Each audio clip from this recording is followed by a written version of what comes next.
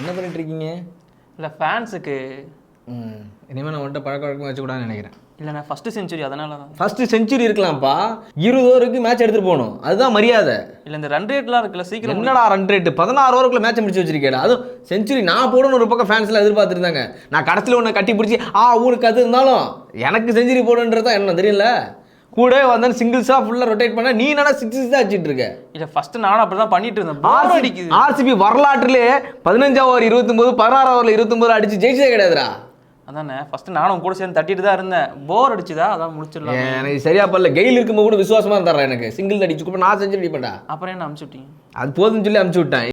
அது அவ்வளவுதான், டைம் முடிஞ்சது வா. இப்பெல்லாம் பண்ணிட்டு இருந்தா ஒன்னி அமுச்சு விட்டுருவேன். அப்போ கிடையாது. இப்படி தான் நல்லா விளாட்ற பிளேயர்லாம் அடுத்த வருஷம் ஏலத்துல எடுக்காம நாங்கள் அப்படி ரிலீஸ் பண்ணிட்டு இருக்கிறோம். இந்த வருஷமாவது அவங்களை தக்க வைக்கிறப்பா பாப்பா. Will Jacks, you are selected man.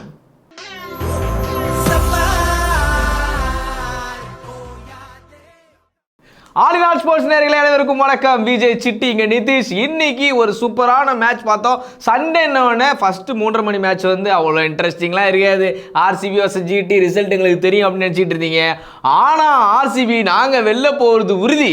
ஆனால் சும்மாலாம் போக மாட்டோம், கையை பிடிச்சிட்டு 4-5 பேரை இட்டுட்டு தான் போவோன்ற மாதிரி மேசிவ் இன்னிங்ஸ் ஆடினாங்க. பார்க்க செம்மையாக இருந்துச்சு.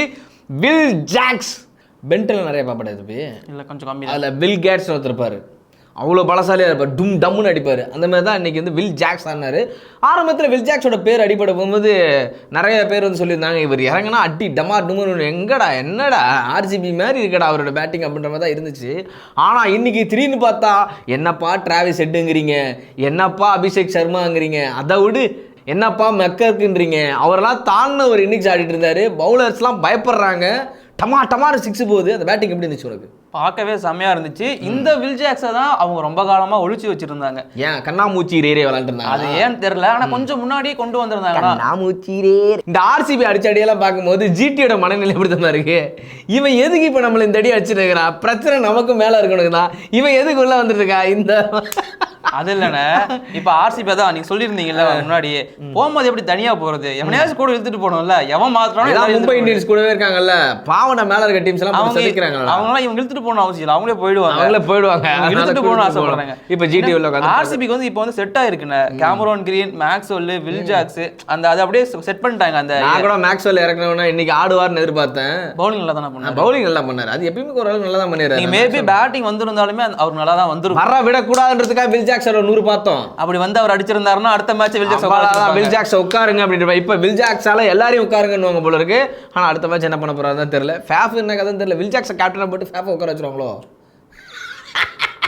வாய்ப்பு இருக்கு. உங்களால மட்டும்தான் இந்த மாதிரிலாம் யோசிக்க முடியும். அதுக்கு ஒரு வாய்ப்பு இருக்கு. சரி, ஒரு ஃபாரினரு நம்ம ஏன் பேச, வில் ஜாக்ஸ் ஒரு ஓப்பனரு, நல்ல ஓப்பனரு, பேசாம ஃபேப் அப்படி தள்ளி விட்டு வில் ஜாக்ஸ் அப்படி வைப்போம். வில் ஜாக்ஸ் அடுத்த வருஷம் ஃபார்ம் அவுட் ஆனதுக்கு அப்புறம் மேக்ஸ்வெல் ஓப்பனிங் ஆகிட்டு மேக்ஸ்வெல் வெளில வைப்போம். ஒரு மேட்ச் அடிச்சு இவருக்கே எதிரினா தினேஷ் கார்த்திக் எல்லா மேட்ச் அடிச்சிட்டு இருக்காரு. அதான் அடுத்த வருஷம் முடிஞ்சு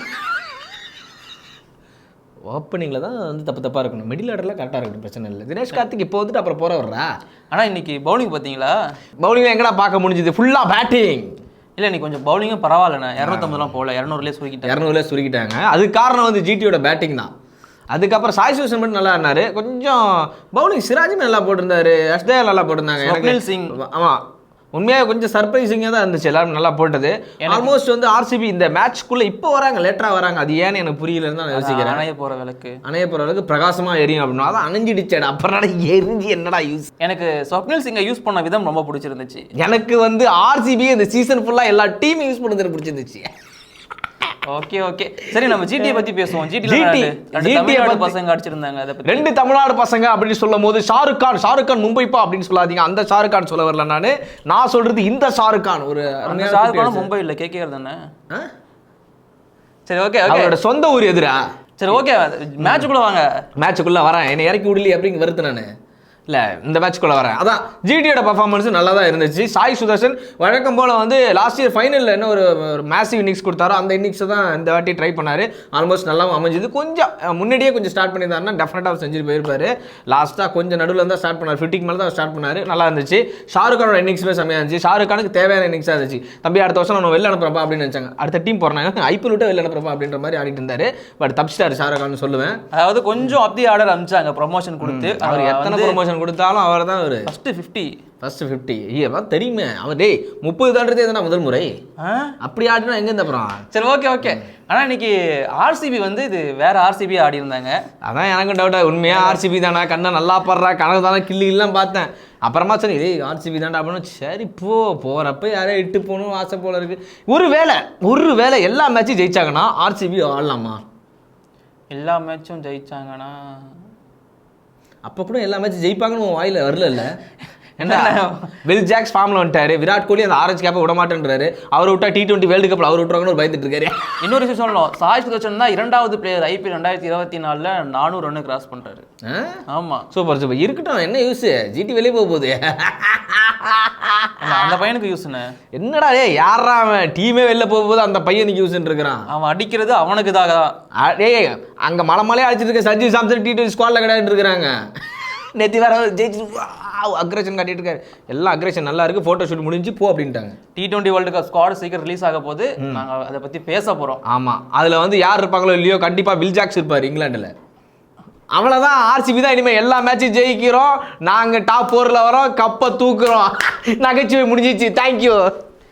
விளையாட்டு செய்திகள் இத்துடன் முடிவடைகிறது. நன்றி வணக்கம்.